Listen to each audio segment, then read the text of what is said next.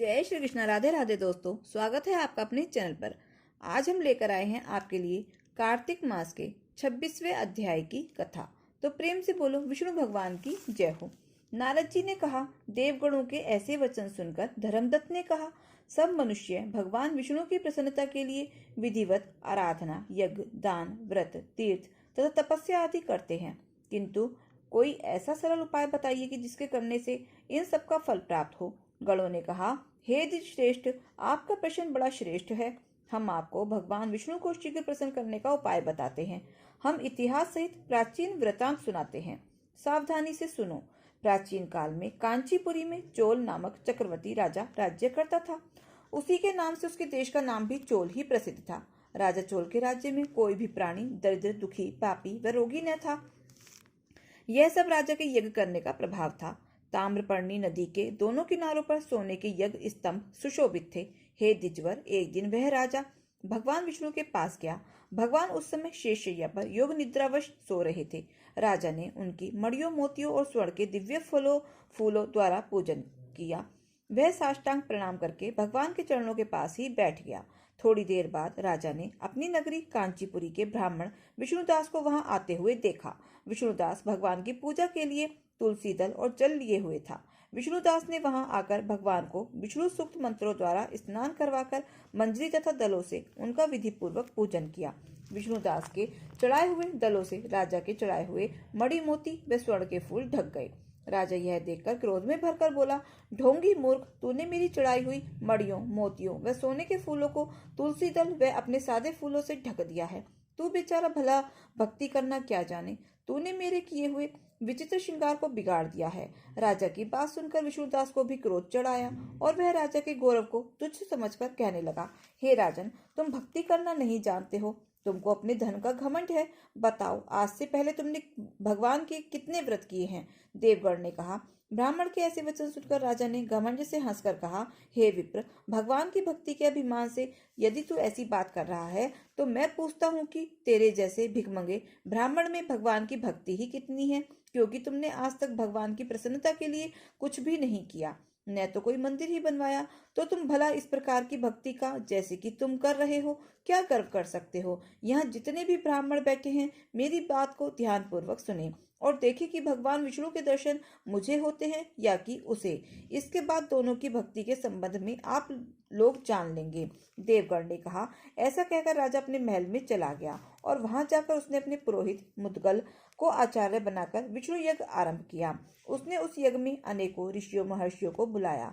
उनको बहुत सा अनाज और नकदी आदि दक्षिणा भी दी। जो यज्ञ पहले ब्रह्मा जी ने गया में किया था, वही यज्ञ राजा चोल ने अपनी नगरी चोल में किया। विष्णुदास भी अपने मंदिर में रहकर ही भगवान की प्रसन्नता के लिए व्रत करने लगा। उसने माघ तथा कार्तिक मास के व्रत किए, तुलसी के वन की और एकादशी को भगवान विष्णु के 12 अक्षर मंत्र का जाप किया।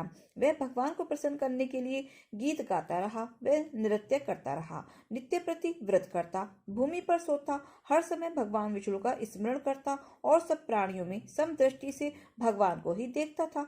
उसने भगवान को प्रसन्न करने के लिए माघ तथा कार्तिक के व्रत भी किए और उन व्रतों के नियमों का पालन भी किया और उद्यापन भी किया।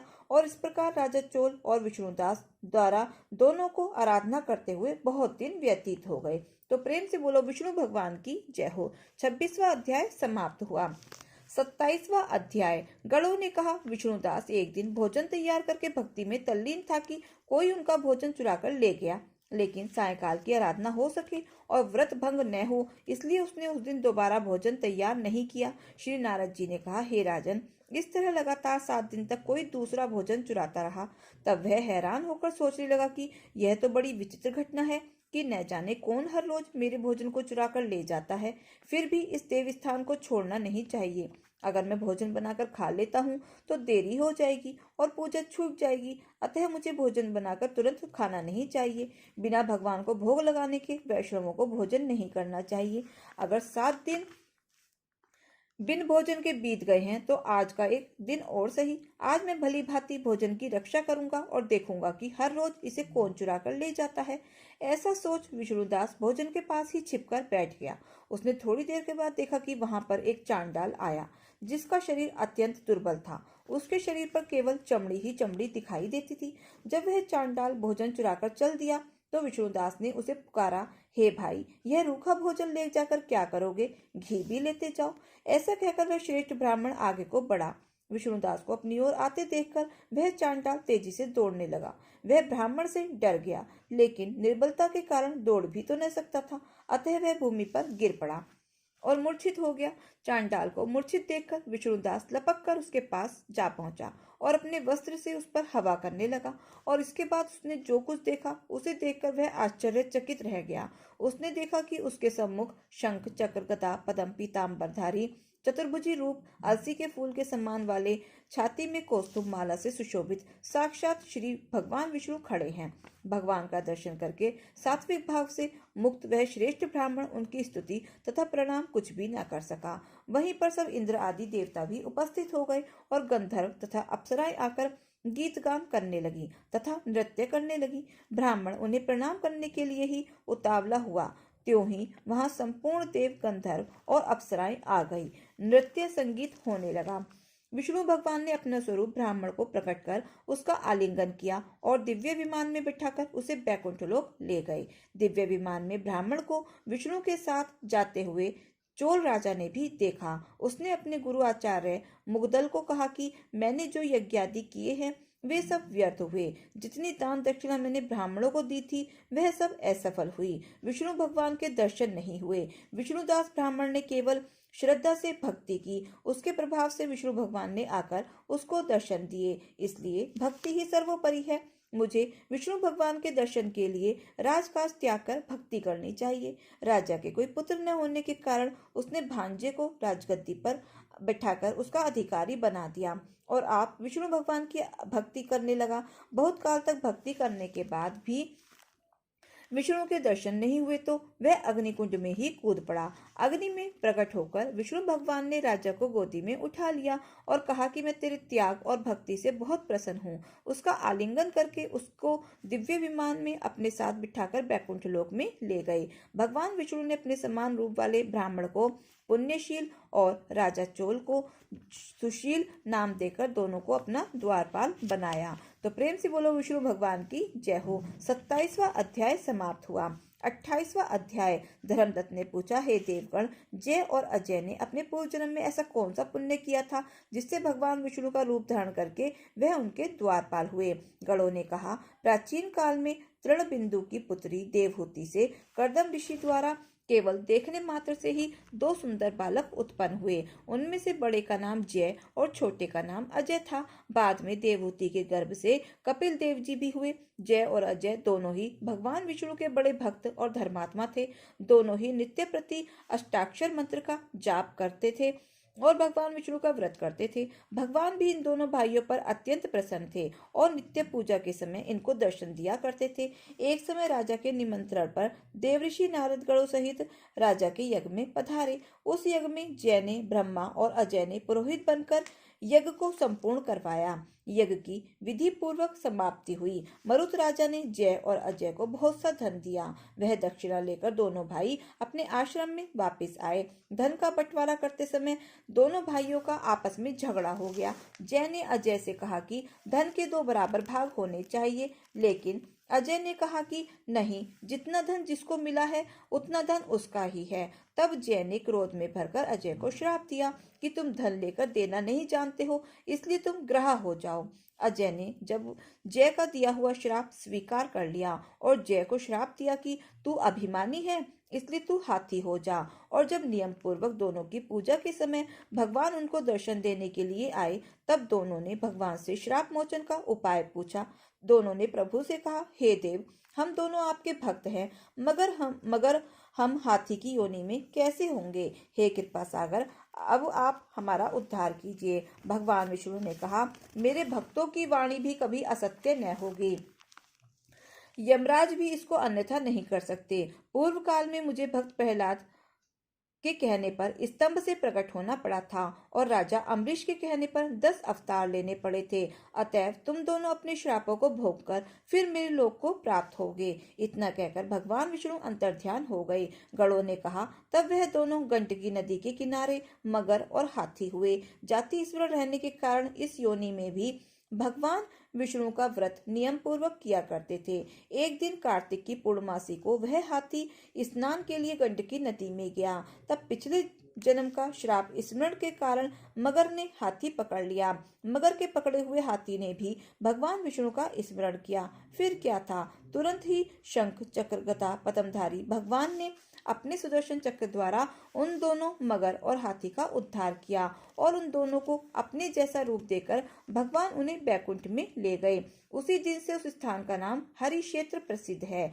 चक्र के आघात से वहां के पत्थरों में भी चिन्ह बने हुए हैं। वह दोनों भी जय और अजय के नाम से आज तक संसार में प्रसिद्ध हैं। हे विप्र, आपने भगवान विष्णु के द्वारपालों के संबंध में जो प्रश्न किया था उसका विस्तृत उत्तर मैंने दे दिया है। इसलिए हे द्विज, तुम भी ईर्ष्या और देश को त्याग कर नित्य भगवान विष्णु का व्रत करो। जगत के प्रत्येक जीव को समदृष्टि से देखो।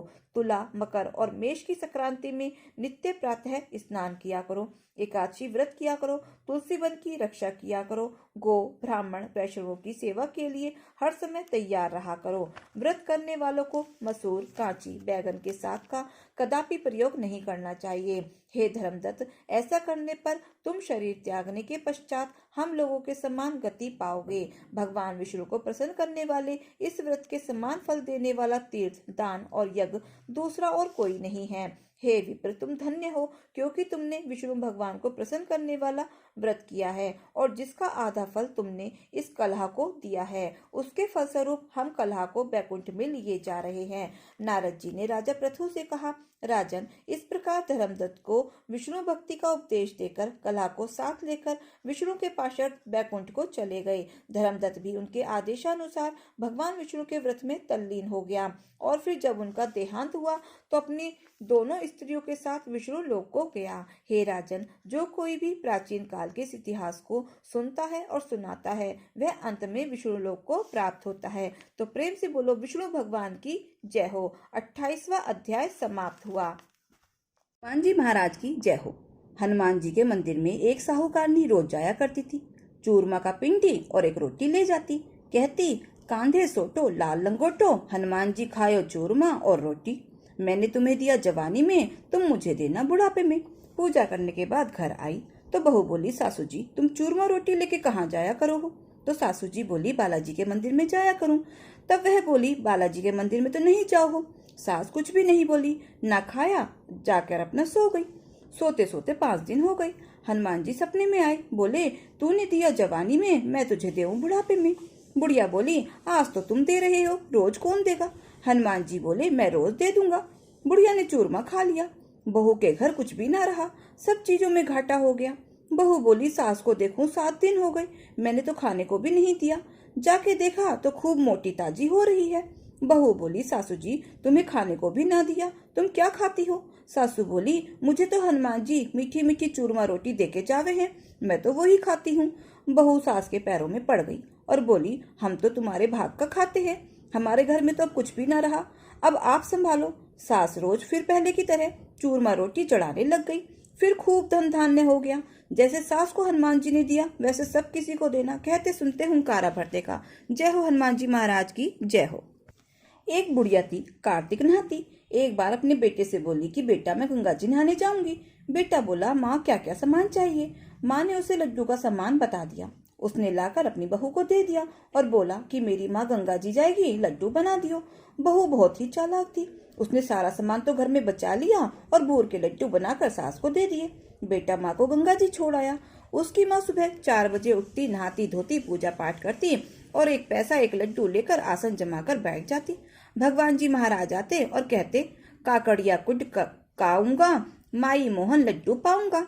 बुढ़िया माई रोजाना 1 लड्डू 1 पैसा भगवान जी को दे देती। ऐसा करते करते पूरा कार्तिक का महीना बीत गया। पूनों के दिन भगवान जी महाराज आए और बुढ़िया माई से बोले, बुढ़िया माई मांग ले, क्या मांगे है? बुढ़िया माई बोली, भगवान जी मेरे पास तो आपका दिया सब कुछ है। भगवान जी फिर भी बोले, बुढ़िया माई कुछ तो मांग ले। तो बुढ़िया माई कहने लगी कि अच्छा प्रभु, कि जरा यहाँ की जमीन थोड़ी सी खुरदरी सी है, बस आप इसे एक सार से कर दो। तो भगवान ने कहा ठीक है, आंख मीच ले। बुढ़िया माई ने आंख मीच ली। अब बुढ़िया तो सोने की हो गई। झोपड़ी में लात मारी, सोने का महल बन गया। उधर पूनो हो गई, पड़वा हो गई। बेटा बोला मैं तो अपनी माँ को लेकर आऊ हूँ। इतना सुनकर बहू को तो गुस्सा आ गया। बोली माँ ही माँ टकराते रहते हो, आ जाएगी जब आएगी। बेटा नहीं माना, अपनी माँ को लेने चला गया। गंगा जी पहुंचकर सबसे पूछता फिरे कि एक बुढ़िया माई को छोड़कर मैं गया था, बुढ़िया माई को छोड़ गया था। फिर किसी ने बताया कि बुढ़िया माई तो वहां सोने की हुई बैठी है। उसने जाकर देखा तो क्या माँ है, और कहने लगा माँ ये सब कैसे हो गया। माँ बोली बेटा मुझे तो भगवान जी ने दिया है। बेटा बोला माँ चलो घर चलो। तो माँ मना करने लगी कि मैं तो यही रहूंगी, मुझे तो भगवान ने बहुत कुछ दिया है। तब बेटा बोला माँ ना घर चल। उसने मना किया कि मैं तो यही रहूंगी, भगवान जी ने दिया है। बेटा फिर बोला कि माँ तुझे चलना तो पड़ेगा। बेटा अपनी माँ को लेकर घर आ गया। बहू अपने पति से लड़ने लगी कि अपनी माँ को तो सोने की कर लाए, मेरी माँ को ना करके लाए। पति बोला ठीक है, अगले साल कार्तिक में मैं तेरी माँ को भी सोने की कर लाऊंगा। अगले साल फिर कार्तिक आया। उसने वैसे ही लड्डू का सामान लाकर बहू को दिया, लेकिन बहू ने अपनी माँ के लिए खूब बढ़िया मेवा के निचड़वा लड्डू बनाकर अपनी माँ को दिए। जवाई उसे गंगा जी पर छोड़ आया। अब उसकी सास सुबह ना तो उठती, ना नहाती, ना धोती, ना पूजा, ना पाठ। सुबह सुबह अपना उठकर खाने पीने बैठ जाती। भगवान जी महाराज आते, काकड़िया कड़काऊंगा, माई मोहन लड्डू पाऊंगा। वो कहती जमाई के लाए, घी के बनाए, काहे कुना दिखाऊंगी, चुप चुप खाऊंगी। ऐसा कहकर रोजाना एक लड्डू गप से खा जाती। ऐसा करते करते पूरा कार्तिक का महीना बीत गया। पूनों के दिन भगवान जी महाराज फिर आए। बोले बुढ़िया बोली महाराज जी, महाराज मुझे भी ऐसा दो जैसे मेरी समधन को दिया। भगवान जी बोले तूने भी ऐसे ही किया जैसे तेरी समधन ने किया था, कुछ तो किया ही नहीं था। अच्छा चल आंख मीच ले। आंख मीचते ही बुढ़िया कूड़ी की पर जैसे कूड़ी पर खड़ी रहती है वो सूरी बन गई। घाट घाट घुराती फिर बड़े परेशान हो गए न। अपना आए जब वो पूनों के दिन कि पूछते फिरे सबसे कि बुढ़िया माई कहाँ गई। सबने कहा यहाँ पर तो ये सूरी मंडराती फिर रही है, घाट घाट घुराती है। बड़े परेशान हो गए, चलो नाव से बांध दिया। उधर पूनो हो गई, पड़वा हो गई। बेटा अपने पति से लड़ने लगी, अपनी माँ को तो बड़ी जल्दी लाया, मेरी माँ को नहीं ला रहा। वो बोला मैं तेरी माँ को भी ले आऊंगा। गंगा जी पहुंचकर फिर सबसे पूछने लगा मैं एक बुढ़िया माई को छोड़ गया था, मैं एक बुढ़िया माई को छोड़ गया। फिर किसी ने बताया कि एक बुढ़िया तो वहां पर सूरी हुई पड़ी है। जाकर देखा तो क्या सास है। सास जमाई को देखकर उसके पैरों में चिपट गई और बोली तुम्हारे भगवान जी तो बड़े दोगले पटपीटन है, जो तुम्हारी माँ को कैसा दिया और मुझे कैसा दिया। वो बोला भगवान जी दोगले ना है, तुम्हारे कर्म दोगले हैं। जैसे मेरी माँ ने किया मेरी माँ को मिला, जैसे तुमने किया वैसे तुमको मिला। गाड़ी से बांध कर घर ले आया। उधर बेटी और देवती बड़े खुश होते डोल फिर रहे थे कि मेरी माँ सोने की होके आएगी। अब नानी तो सूरी हो गई और वो आके आशन पार्टी लेकर अपना पड़ गए। बेटी दौड़ी दौड़ी अपने माँ को लेने गई। जाकर क्या देखे वहां तो सूरी बंधी खड़ी है। सबसे पूछती फिरे कि मेरी माँ का दोष कैसे उतरे। फिर किसी ने बताया कि कोई कार्तिक नहाने वाली हो और उसके नहाए हुए जल से नहाने से उसका दोष उतरेगा। अगले साल उसने अपनी सास को बड़े प्यार से कार्तिक नहलाया और अपनी माँ को उसके नहलाए हुए जल से नहलाया तो उसकी काया कंचन सी हो गई। पूंछ पटरे के नीचे दबी रह गई थी तो पूंछ तो सूर्य की ही रह गई, बाकी सारी देह मनुष्य की हो गई। भगवान जी जैसे पहली बुढ़िया को आए वैसे सबको आना, जैसे दूसरी बुढ़िया को आए ऐसे किसी को ना आना। कहते सुनते हुंकारा भरते का। एक लपसी था, एक तपसी था। तपसी तो भगवान की तपस्या करता। लपसी रोजाना सवा सेर का हलवा बनाकर भगवान को भोग लगाकर टाली हिलकर झीम लेता। एक दिन दोनों में झगड़ा हो गया। लपसी बोला मैं बड़ा, तपसी बोला मैं बड़ा। मैं बड़ा क्योंकि मैं भगवान की तपस्या करता हूँ। नारद जी बोले कि तुम्हारा फैसला मैं करूंगा। दूसरे दिन तपसी नहाकर आने लगा तो नारद जी ने 1.25 करोड़ की मुद्रा तपसी के आगे गिरा दिया। उसने आंख खोलकर देखा तो क्या मुद्रा पड़ा है। उसने उठाकर पैर के नीचे दबा लिया और तपस्या करने लगा। उधर लपसी ने 1.25 सेर का हलवा बनाकर भगवान को भोग लगाकर टाली हिलकर झीम लिया। इतने में नारद जी आए, दोनों को अपने पास बिठाया। दोनों पूछने लगे कि कौन बड़ा। नारद जी ने तपसी से कहा कि अपना पांव हटा। पांव हटाते ही मुद्रा निकला। तब नारद जी बोले मुद्रा चुराने से तेरी तपस्या भंग हो गई है, इसलिए लपसी बड़ा है। तपसी कहने लगा कि मुझे मेरी तपस्या का फल कैसे मिलेगा। तब नारद जी बोले तेरी तपस्या का फल तुझे कार्तिक नहाने वाली देंगी। सब कहानी कहकर तेरी कहानी नहीं कहेंगी तो कार्तिक का फल तुझे हो जाएगा। धोती देकर अंगोछा नहीं देवे, सीधा देकर दक्षिणा नहीं देवे, ब्राह्मण जिमा कर दक्षिणा नहीं देवे, दीवा चास के हाथ न जोड़े तो तेरा पुण्य, कपड़ा दे के बटन न लगावे, दाहिने हाथ से नाड़ा बांधे तो सबका फल तुम्हें हो जाएगा। इतना कहकर नारद जी चले गए। जय हो लपसी तपसी की जय। एक मेंढक और मेंढकी थे।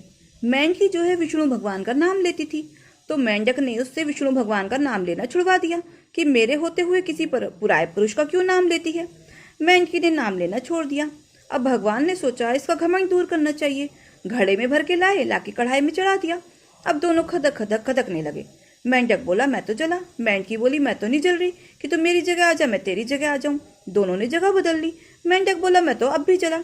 मेंढकी बोली मैं तो नहीं जल रही। तब मेंढक बोला कि तू विष्णु भगवान का नाम ले। तो मेंढकी ने कहा मैं तो नहीं लेती, पहले तूने लेना छुड़वा दिया, अब मैं नहीं लेती।